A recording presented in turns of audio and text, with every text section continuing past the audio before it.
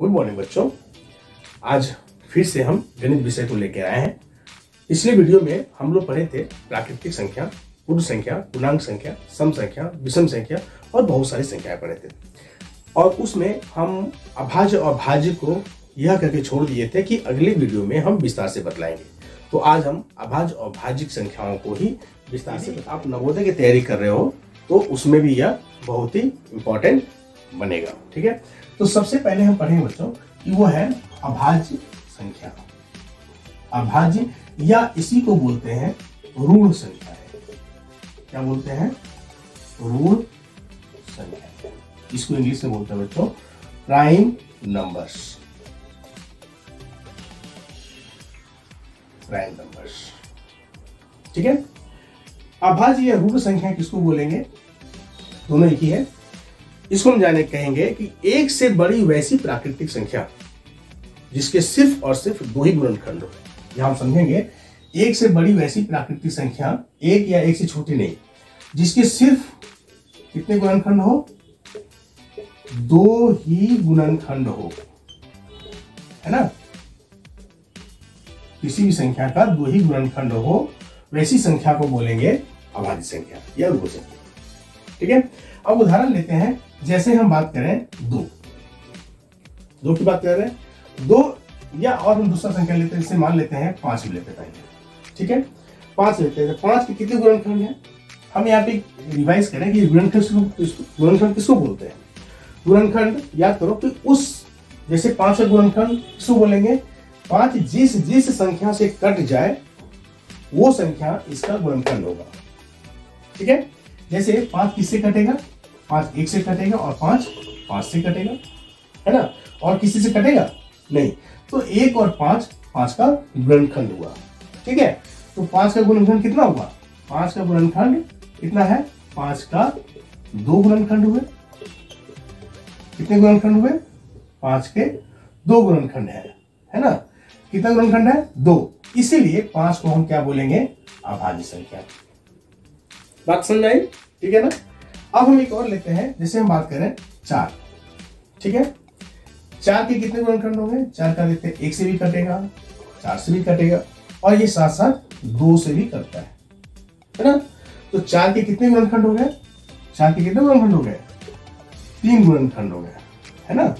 कितने गुणनखंड हो गए? 3। तो 4 के 3 दो से ज्यादा गुणनखंड हो गया, यानी 4 जो है वो अभाज्य संख्या नहीं है। ठीक है, ये बात आई समझ में। तो हम बोलेंगे अभाज्य या ऋण संख्या उस संख्या को कहेंगे जिसके सिर्फ दो ही गुणनखंड है ना। दो ही गुणनखंड है। एक बात तो जानेंगे कि कोई भी संख्या जो है बच्चों वो 1 से तो कटेगा ही और अपने से तो कटेगा ही, है ना। 1 से कटेगा और अपने से तो कटेगा ही, कोई भी संख्या हो। लेकिन उसके अलावे यदि किसी और संख्या से कटता हो तो वह अभाज्य नहीं होगा। यानी जो संख्याएं एक और स्वयं को छोड़ के किसी संख्या से नहीं कटे वह अभाज्य संख्या कहते हैं। या इसको हम अलग शब्द में अलग कहें कि जिस संख्या के सिर्फ दो ही गुणनखंड हो उसको हम अभाज्य संख्या कहते हैं। कोई डाउट? कोई डाउट नहीं होना चाहिए। ठीक है, तो हम ये देखेंगे कि अब अभाज्य संख्या कौन कौन है। हम पहले इसको देख लेते हैं एक बार, ठीक है ना। और फिर उससे किस किस तरह का क्वेश्चन आ सकता है हम वो भी देखेंगे। ठीक है, अभी हम देखते हैं कि अभाज्य संख्या कौन कौन होगा। 2 का भी 2 ही गुणनखंड है। 2 किससे कटेगा? 1 से कटेगा और 2 से कटेगा और किसी से कटेगा नहीं। उसी प्रकार से देखते हैं 3 क्या है? 3 भी जो है वो सिर्फ 1 से कटेगा और 3 से कटेगा और किसी से नहीं कटेगा। उसी प्रकार है 5, फिर है 7, फिर है 11, फिर है 13, फिर है 17, फिर है 19। इस तरह से बहुत सारी संख्याएं है ना। अभी यहां देख रहे हैं ये सारी संख्याएं जो है वो क्या है? अभाज्य संख्याएं। ठीक है, अब ये संख्याएं जो है अभाज्य संख्या, इसमें से कितने तरह क्वेश्चंस आते हैं ये भी हम देखेंगे। ठीक है, एक चीज गौर करने वाली है बात बच्चों, यहाँ 2 जो है ये अभाज्य तो है ही लेकिन सम संख्या भी है। यानी 2 जो है वो सम संख्या है, अभाज्य तो है ही, है ना। बाद बाकी जितना है, ये जितना भी हम देख रहे हैं या आगे भी और जितना मिलेगा वो सब क्या है? विषम संख्या है। विषम अभाज्य संख्याएं है ना बच्चों। अब यहां पे देखेंगे किस किस तरह का प्रश्न आता है। इसी से कई तरह के प्रश्न पूछा जा सकता है और पूछता भी है ना। तो सबसे पहला क्वेश्चन क्या आता है, एक क्वेश्चन सबसे पहला आ जाता है कि सबसे छोटी अभाज्य संख्या, ऐसा क्वेश्चन आ सकता है। ठीक है, सबसे छोटी अभाज्य संख्या कौन है। फिर यह पूछ सकता है कि सबसे छोटी सम अभाज्य संख्या कौन होगा। या इसी से फिर क्वेश्चन कर सकता है सबसे छोटी विषम अभाज्य संख्या क्या होगी। मैंने कितने तरह का क्वेश्चंस आ सकता है ये चीज जानना है ना। तो सबसे छोटी अभाज्य संख्या, ये जो जितनी अभाज्य संख्या है हम क्या बोलते हैं, एक से बड़ी है ना, यानी एक अभाज्य संख्या नहीं है। और ऐसे भी क्यों नहीं है, एक के कितने फैक्टर्स है, एक के कितने गुणनखंड है, एक का तो एक ही गुणनखंड है। और हमने बताया था वैसी संख्या को अभाज्य संख्या बोलेंगे जिसका दो गुणनखंड हो। तो एक का कितना गुणनखंड है, एक ही गुणनखंड है, तो एक अभाज्य संख्या होगा नहीं। तो एक तो अभाज्य संख्या है ही नहीं, तो सबसे अभाज्य छोटा अभाज्य संख्या कौन सा हुआ, वो है 2। ठीक है, सबसे छोटी अभाज्य संख्या कौन होगा, 2। सबसे छोटी सम अभाज्य संख्या कौन होगा, ये भी 2 ही होगा, क्योंकि इसके अलावे और कोई भी सम संख्या नहीं है। सम संख्या अभाज्य में एक ही है, वो है 2। ठीक है, आगे देखते हैं सबसे छोटी विषम अभाज्य संख्या। सबसे छोटी विषम अभाज्य संख्या, तो ये सभी के सभी विषम संख्या है, उसमें सबसे छोटा कौन सा होगा बच्चों, 3। तो इसका आंसर आएगा 3। तो जब भी ऐसा सवाल आए ना, उसको बढ़िया से देखना है कि सम लिखा है या विषम लिखा है या कुछ भी नहीं लिखा है, उस अनुसार से हम आंसर देंगे। ऐसा नहीं कि सबसे छोटी देखे अरे 2 होता है 2 मान दिए, तो बहुत गड़बड़ हो जाएगा। ये वहां पर देखेंगे सबसे छोटी विषम संख्या लिखा है तो उसका आंसर क्या होगा, 3।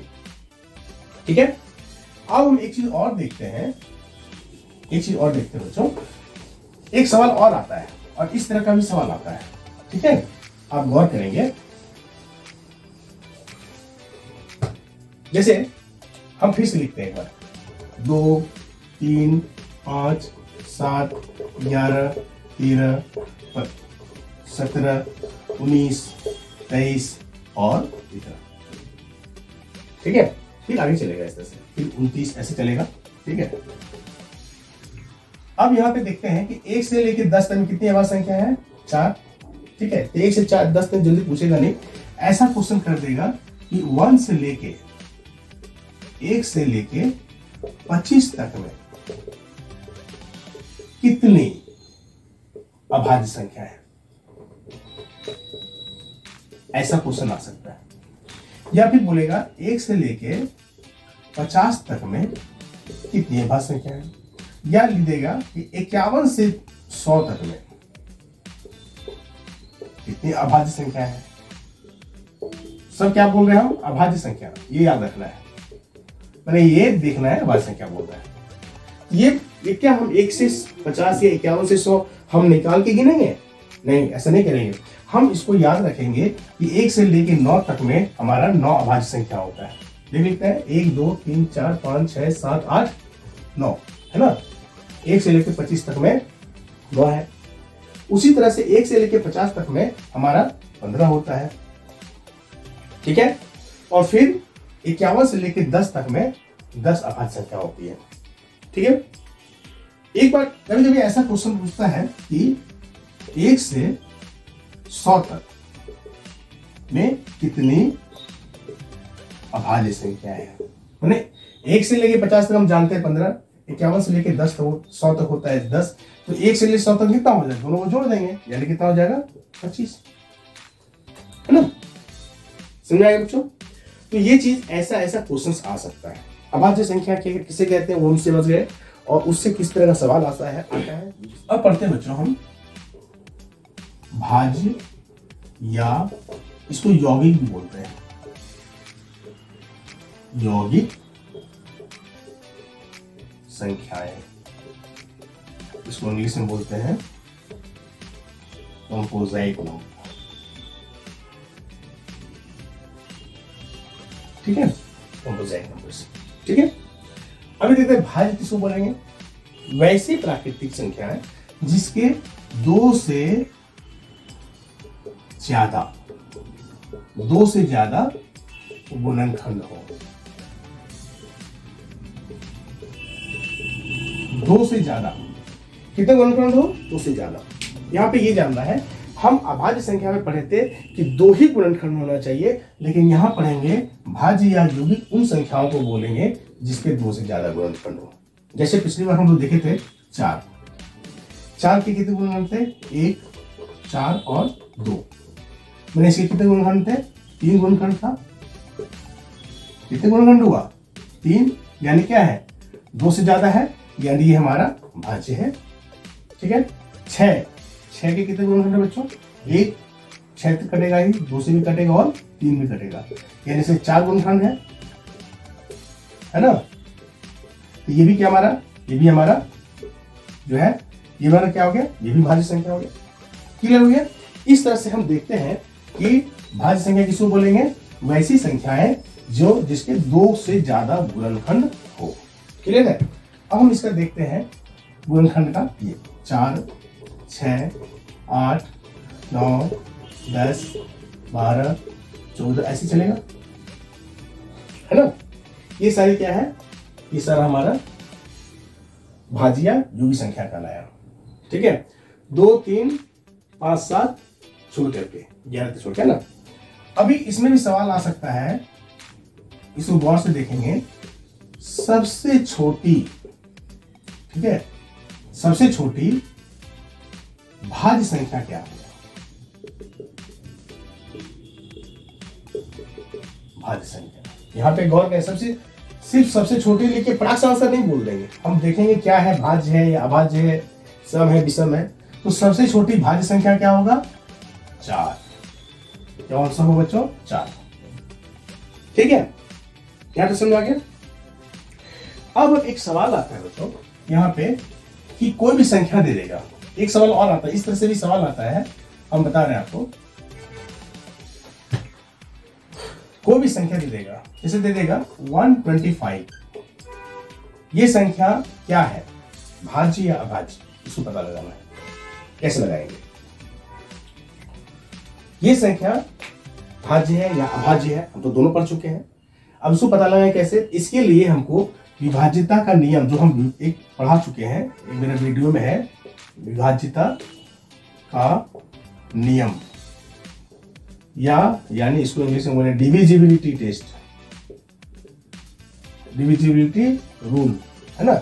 ये हम बता चुके हैं, उसको आप देख लीजिएगा, ये याद होगा आपको कि कोई भी इसको क्या करेंगे, हम सभी प्राइम नंबर से डिवाइड करके देखेंगे, और यदि किसी प्राइम नंबर से भागा चला गया तो ये भाज्य हो गया। हम क्या बताएं अभी? भागा चला गया तो भाज्य होगा ही। यदि किसी प्राइम नंबर से, किसी भी अभाज्य संख्या से ये संख्या भागा चला गया तो भाज्य होगा ही। यानी प्राइम नंबर क्या बताया? 2, 3, 5, 7, 11, 13, 17, 19, है ना। इस तरह से, इससे ज्यादा जरूरत नहीं पड़ेगा, है ना, और भी होता है। तो हम क्या करेंगे, पहले 2 से भागा देके देखेंगे कि 2 से चला नहीं गया, 3 से, 5 से, 7 से, किसी से भागा चला गया तो वो सीधे भाज्य होगा, और यदि किसी से नहीं गया तो वो अभाज्य होगा। बस यही एक तरीका है और दूसरा कोई तरीका नहीं है। ठीक है। हाँ, इसको चेक करने का एक कुछ विभाज्यता का नियम है, जो जानने से हमको भाग देने में आसानी होगा। जैसे 2 का, कोई भी संख्या यदि 2 से भागा जाएगा, उसके लिए नियम क्या था कि उस संख्या के इकाई स्थान पे या तो 0 होगा या 2 होगा या 4 होगा या 6 होगा या 8 होगा। यदि किसी संख्या के इकाई स्थान पर, इकाई मीन सबसे दाहिने वाले में 0, 2, 4, 6, 8 हो तो 2 से भागा जाएगा ही। ये था डिविजिबिलिटी रूल। ठीक है। उसी प्रकार से 3 का नियम था कि सभी अंक को जोड़ देंगे, और यदि वह जोड़ने पे 3 से भागा जाता है तो वो पूरी संख्या भी 3 से भागा जाएगा। जैसे 5, 2, 7, 1, 8। 8 3 से भागा जाएगा नहीं, तो 125 भी 3 से भागा नहीं जाएगा। ठीक है।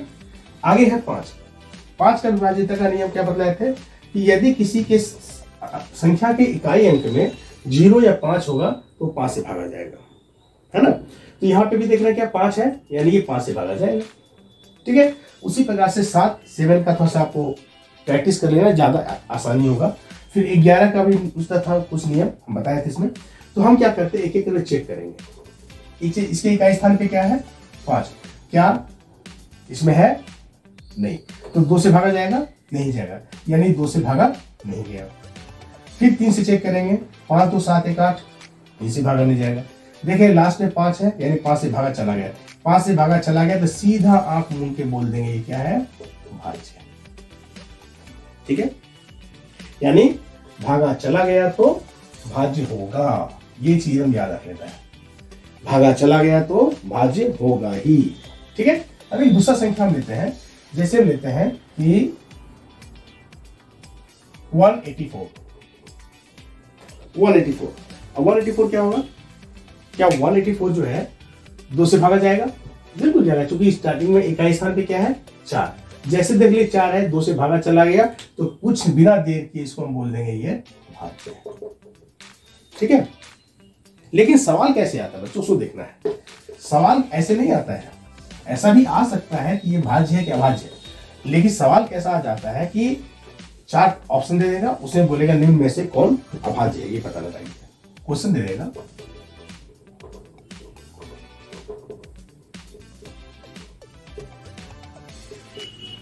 निम्न संख्याओं में से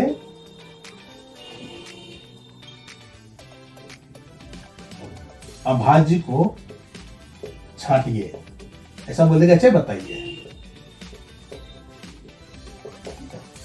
4 ऑप्शन दे देगा, ए सीधे लेगा देगा 88, ठीक है, बी 1056, ठीक है, सी 693, डी 89, वैसे दे देगा। अब क्या करेंगे, हम यहां देखेंगे निम्न संख्याओं में से अभाज्य को बताएं, कौन सा अभाज्य है ये चेक करेंगे। हमने क्या बताया कि डिविजिबिलिटी रूल, विभाज्यता का नियम लगाएंगे और छाटते जाएंगे। इकाई स्थान पे क्या है 2 8, यानी ये 2 से कट जाएगा, ये अभाज्य नहीं होगा। 6 है, 2 से कटेगा, अभाज्य नहीं है।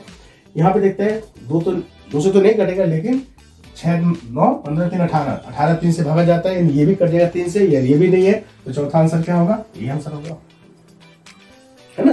तो इस तरह से क्वेश्चन आता है बच्चों, और फिर हम लोग इसका जवाब दे सकते हैं।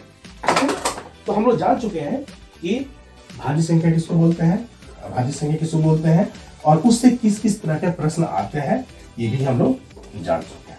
ठीक है बच्चों, अब एक और है जो जानना चाहिए आपको, वो है सह अभाज्य संख्या। क्या है, सह अभाज्य संख्याएं, इसको इंग्लिश में बोलते हैं को प्राइम नंबर्स।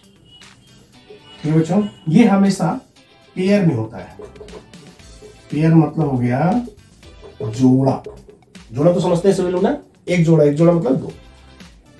हम लोग पिछली बार पढ़ते भाज्य वो सिंगल था, यहाँ पे क्या जोड़ा में। सहअभाज्य संख्या किसको कहते हैं हम ये जानेंगे।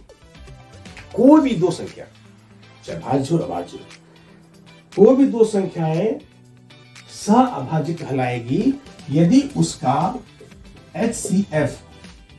HCF या मॉस ऑफ मतलब महत्तम समापवर्तक 1 हो। कोई भी 2 संख्या जिसका HCF या महत्तम समापवर्तक 1 हो, वो दोनों संख्याएं असहभाज्य संख्याएं कहलाती है। ठीक है, सहअभाज्य संख्या कहलाती है। ठीक है बच्चों, जैसे या इसी को बोलेंगे जिसका उभयनिष्ठ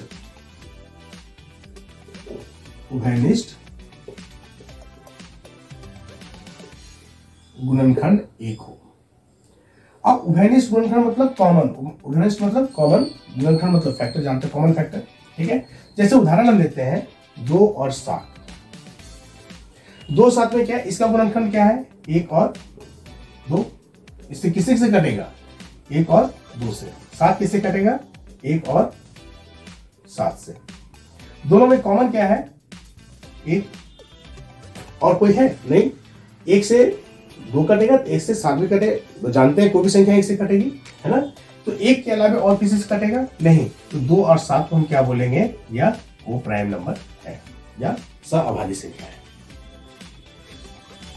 ठीक है, हम ऐसा देखते हैं, उदाहरण और लेते हैं 12 और 17। 12 17, 12 के गुणनखंड क्या होगा, 1 2 3 4 6 और 12, माने 12 के गुणनखंड ये, मतलब इतनी संख्याओं से कटेगा। 17, 1 और 17, यानी इसमें भी 1 है, इसमें भी 1 है, दोनों का उभयनिष्ठ यानी कॉमन गुणनखंड क्या है, 1, यानी दोनों एक ही संख्या से कटेगा, वो 1 और किसी से नहीं कटेगा। तो 12 और 17 को भी हम क्या बोलेंगे, को प्राइम या सअभाज्य संख्या है। ठीक है, क्लियर हो गया। या इसको घुमा कैसे बोलेंगे कि दो सअभाज्य संख्याओं का एचसीएफ कितना होगा, एक ही होगा। 2 सअभाज्य संख्याओं का एचसीएफ हमेशा कितना होता है, एक ही होता है। ठीक है बच्चों इतना ही है, लेकिन एक हम और बतला देते हैं आपको, हालांकि उससे सवाल बहुत परीक्षाओं में कम आता है, लेकिन आपको जानकारी रखना चाहे तो रखिए, है ना, और नहीं रखना चाहते कोई बात नहीं है, लेकिन हम बता देते हैं। ठीक है, वो है बच्चों, आप इसको जान लीजिए, जुड़वा